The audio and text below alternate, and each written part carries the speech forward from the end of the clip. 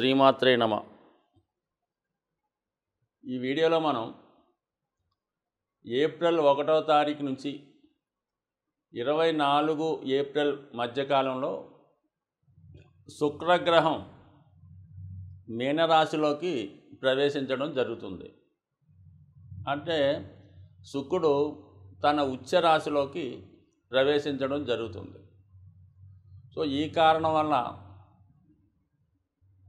ముఖ్యంగా స్త్రీ జాతకంలో అలాగే మగవారి జాతకంలో కూడా శుక్రుడు ఉన్నటువంటి స్థాయిని బట్టి, శుక్రుని యొక్క బలాన్ని బట్టి జాతకుడు జీవితంలో ఏ విధంగా సుఖాల్ని సౌకర్యాల్ని అనుభవించగలడు, అలాగే వైవాహిక జీవితంలో ఎంత సంతోషకరంగా ఆనందకరంగా ఉండగలడు, అలాగే జాతకుడి యొక్క స్త్రీ సంతానం ఏ విధంగా అభివృద్ధి చెందగలరు అన్న విషయాన్ని శుక్రుడి యొక్క జాతకంలో స్థితిని బట్టే తెలుసుకోవడం జరుగుతుంటుంది.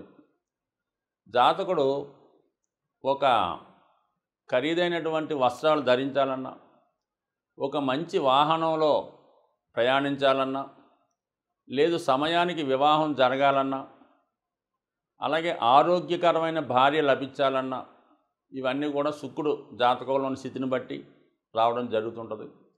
ముఖ్యంగా స్త్రీ జాతకంలో శుక్రుడిని బట్టే వాళ్ళ యొక్క టోటల్ లైఫ్ ఆధారపడి ఉంటుంది.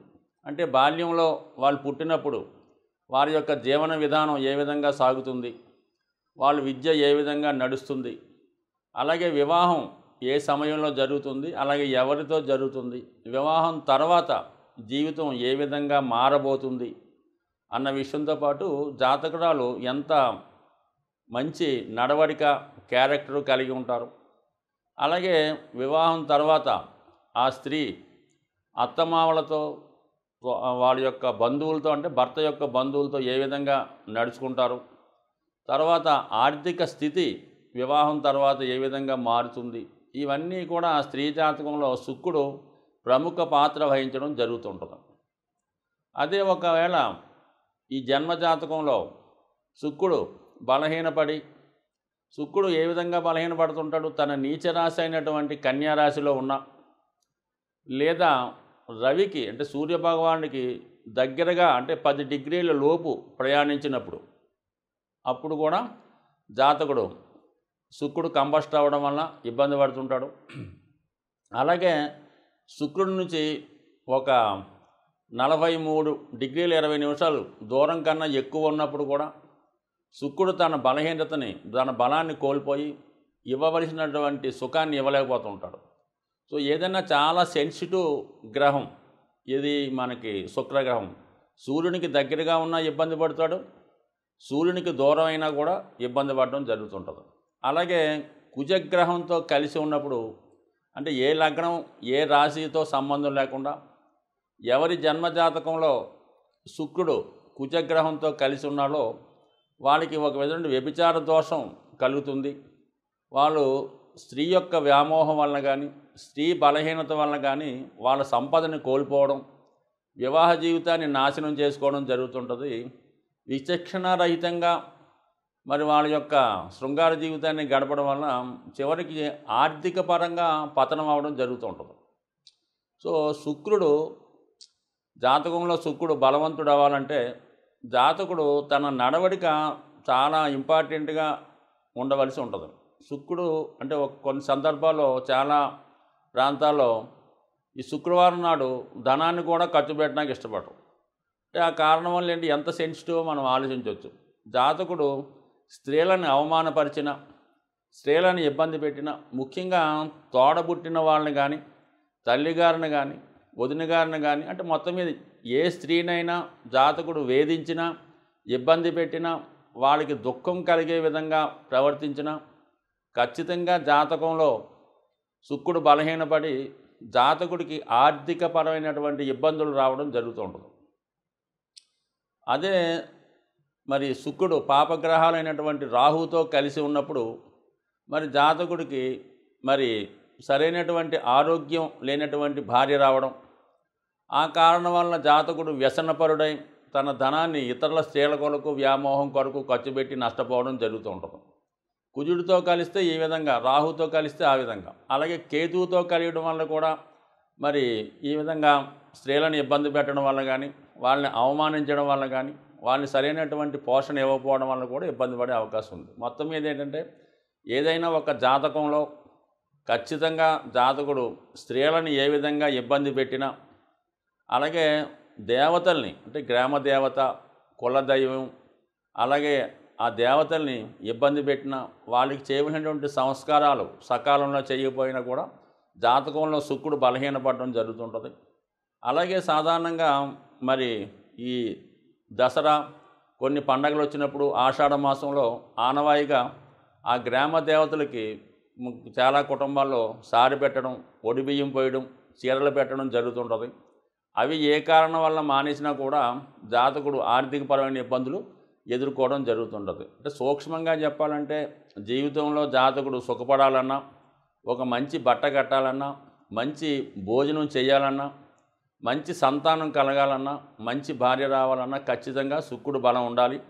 శుక్రుడు బలం లేకపోయినా శుక్రుడు బలం కోసం జాతకుడు ఈ ఇందాక చెప్పినటువంటి కార్యక్రమాలు నియమంగా తూచా తప్పకుండా పాటించడం వల్ల తను ఉన్న ఇబ్బందుల నుంచి ఖచ్చితంగా బయటపడే అవకాశం ఉంటుంది. కాబట్టి ప్రతి ఒక్కరు కూడా మరి శుక్రుని యొక్క అనుగ్రహం కోసం ఎక్కువగా లక్ష్మీ అమ్మవారి ఆరాధన, లేదంటే ఏ స్త్రీ దేవత ఆరాధన కూడా చేసుకోవచ్చు, కానీ లక్ష్మి అన్నది మెయిన్గా ఆరాధన చేసుకోవడం వల్ల, అలాగే వాళ్ళ యొక్క కులదైవాన్ని పూజించడం, అలాగే కొంతమంది వారసత్వంగా వాళ్ళ కుటుంబంలో ఎవరన్నా ఏదో కారణం వల్ల వివాహం జరగకుండా కన్యగా ఉండగా మరణించిన అటువంటి వారికి కూడా తగు విధమైనటువంటి కార్యక్రమాలు, పూజా కార్యక్రమాలు చేయడం, వాళ్ళని దేవతల్లో కలపడం లాంటివి ఉంటాయి. అలాగే పితృదేవతల్లో కూడా ఆరాధించడం వల్ల శుక్రుడు బలవంతుడై జాతకుడికి మంచి స్థితి, మంచి ఆరోగ్యం, మంచి భార్య ఇచ్చే అవకాశం ఉంటుంది. శ్రీమాత్రే నమః. ఈ వీడియోలో మనం కర్కాటక రాశి వారికి శుక్రుడు చతుర్థ లాభాధిపతి. అంటే ఒక విధంగా చతుర్థ భావం అంటే వాహనం, గృహం, విద్య ఇవన్నీ కూడా ఇచ్చేటటువంటి స్థానం. 11వ స్థానం అయితే కామన్గా మరి జాతకుడికి మనసులో ఉన్నటువంటి కోరికలు అంటే ఏదైనా అవ్వచ్చు, ఇవన్నీ కూడా లాభస్థానం. కాబట్టి కంపల్సరీగా కర్కాటక రాశి వారికి శుక్రుడు వారి యొక్క జన్మ జాతకంలో ఎంత బలంగా ఉంటే జాతకుడు అంత విధమైనటువంటి సౌకర్యాలు పొందే అవకాశం ఉంది. ముఖ్యంగా జాతకుడికి గృహయోగం ఉందా లేదా, వాహన యోగం ఉందా లేదా అన్న విషయం శుక్రుడి యొక్క బలాన్ని బట్టి ఆధారపడి ఉంటుంది. అంటే కామన్గా గృహం, వాహనం రెండు కూడా మరి మామూలుగా 4-5 లక్షల నుంచి సొంత గృహం ఏర్పడవచ్చు. అలాగే 4-5 కోట్లు వచ్చినా కూడా మరి గృహం రావచ్చు. అంటే ఈ స్థాయి ఏ విధంగా ఉంటుంది, జాతకుడు ఎటువంటి స్థాయిలో ఉన్నటువంటి గృహంలో నివసిస్తాడు, లేదా అటువంటి గృహాన్ని తను మరి సంపాదించడం జరుగుతుందన్న విషయం మాత్రం కేవలం శుక్రుని బట్టి ఆధారపడి ఉంటుంది. శుక్రుడు జన్మజాతకంలో ఎంత బలంగా ఉంటే జాతకుడు అంత సౌకర్యవంతమైనటువంటి, అంత విలాసవంతమైనటువంటి ప్రాంతంలో గృహాన్ని కొనుగోలు చేయడం జరుగుతుంది. అలాగే శుక్రుడు ఏ రాశిలో ఉంటే దానికి సంబంధించినటువంటి ప్రాంతంలో గృహం ఏర్పాటు చేసుకోవడం జరుగుతుంది. అలాగే వాహన యోగం కూడా ఈ రోజుల్లో 40,000కి కూడా ఒక కారు వస్తుంది, 4 కోట్లకు కూడా ఒక కారు ఉండే అవకాశం ఉంది. అది కూడా జాతకంలో మరి శుక్రుడు బలాన్ని బట్టే వాహన యోగం ఉంటుంది. సాధారణంగా చూడండి, గొప్ప గృహంలో నివసించేవాడు ఖచ్చితంగా మంచి ఖరీదైన కారులోనే తిరుగుతూ ఉంటాడు. చిన్న గృహంలో నివసించేవాడు వాటి మట్టుగా వాడు చిన్న సైజు మామూలుగా తక్కువ రకం పాత వాహనంలోనే తిరుగుతూ ఉంటాడు. దానికి కేవలం శుక్రగ్రహ కారణం. మరి ఇప్పుడు శుక్రుడు ఉచ్చులోకి రావడం వల్ల, మరి జాతకంలో ఉన్నటువంటి శుక్రుడు యాక్టివేట్ అవ్వడం వల్ల జాతకుడికి గృహయోగం కానీ, వాహన యోగం కానీ ఈ నెలలో అంటే మనకి ఏప్రిల్ 24 నుంచి మరి ఏప్రిల్ 1వ తారీఖు నుంచి ఏప్రిల్ 24వ తారీఖు మధ్యలో ఇటువంటి సౌఖ్యం ఏర్పడే అవకాశం ఉంది.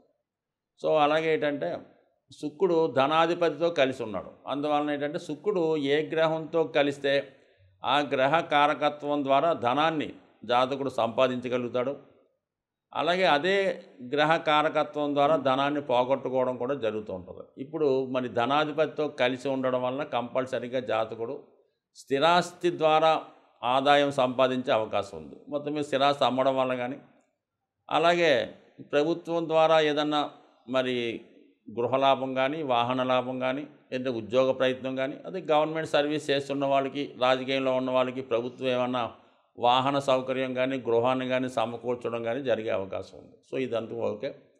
మరి ఇంచుమించుగా మనకి 14వ తారీఖు ఏప్రిల్ నుంచి 24వ తారీఖు ఏప్రిల్ మధ్యలో శుక్రుడు రాహు భాగ్యస్థానంలో సంచరిస్తూ ఉంటాడు. శుక్రుడు ఉచ్చులో ఉన్నాడు, రాహుతో కలిసి ఉన్నాడు. 100% జాతకుడు మరి ఏదైనా దూర ప్రాంతంలో ఉన్నటువంటి గొప్ప అమ్మవారి క్షేత్రాన్ని దర్శించే అవకాశం ఉన్నది. ఒకవేళ జాతకుడు ఏవైనా తీరని కోరికలు ఉన్నా, అంటే ముఖ్యంగా స్త్రీలకు సంబంధించిన కోర్టు సమస్యలు ఉన్నా, సంతానం విషయంలో సంతానం కలగకపోయినా, ఏదైనా కోర్టు లావాదేవీల్లో ఆస్తి ఇరుక్కుపోయినా, ఈ సమయంలో మరి మీరు ఏదన్నా కొండపై ఉన్నటువంటి అమ్మవారిని దర్శించుకోవడం వల్ల, తగు విధంగా అక్కడ మీ మొక్కులు చెల్లించుకోవడం వల్ల కూడా మీకు మరి అమ్మవారి అనుగ్రహం ఈ సమయంలో మీకు 100% లభించి, మీ యొక్క స్త్రీలకు సంబంధించిన సమస్యలు ఏమైనా ఉంటే అవి ఈ సమయంలో మీకు సాల్వ్ అయ్యే అవకాశం ఉంటుంది. సో మరీ ముఖ్యంగా ఏంటంటే ఆరోగ్య విషయంలో కూడా, అంటే ముఖ్యంగా జాతకురాలికి కానీ, జాతకుడికి కానీ, జాతకుడు యొక్క తల్లిగారికి కానీ, లేదంటే వ్యక్తిగతంగా జాతకుడు మగవాళ్ళైతే భార్యకు కానీ ఈ సమయంలో ఏదైనా అనారోగ్యపరమైనటువంటి ఇబ్బందులు కూడా రావచ్చు. ముఖ్యంగా మరి ఏ కారణం వల్ల అయితేనే స్త్రీలకు సంబంధించినటువంటి వ్యాధులు కానీ, అలాగే గుప్తంగా ఉన్నటువంటి వ్యాధులు కానీ ఈ సమయంలో బయటపడి అవి మీకు క్యూర్ అయ్యే అవకాశం ఉన్నది. అందువల్ల ఏంటంటే ఈ సమయంలో అలాంటి వైద్య పరీక్షలు చేయించుకోవడం, ఎందుకంటే మరి శుక్రుడు రవితో కంబస్ట్ అవ్వడం, రాహుతో కలిసి ఉండడం, ఇవి కొన్ని వ్యాధులకు కూడా కారణం అవుతుంటుంది.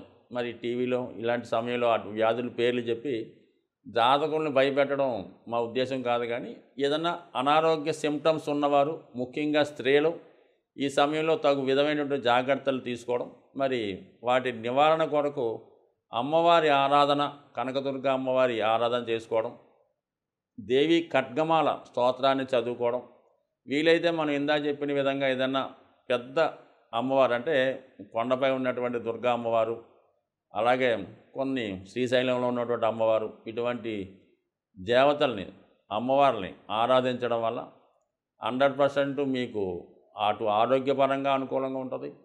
అలాగే ఎటువంటి లావాదేవీలు, కోర్టు సమస్యలు, ఆర్థిక సమస్యలు ఉన్న వాటి నుంచి కూడా పరిష్కారం అవుతుంది. ముఖ్యంగా గృహ సంకల్పం, మీరు సొంత గృహం కల, అలాగే వాహనం కల నెరవేరే సూచనలు ఉన్నాయి. స్వస్తి.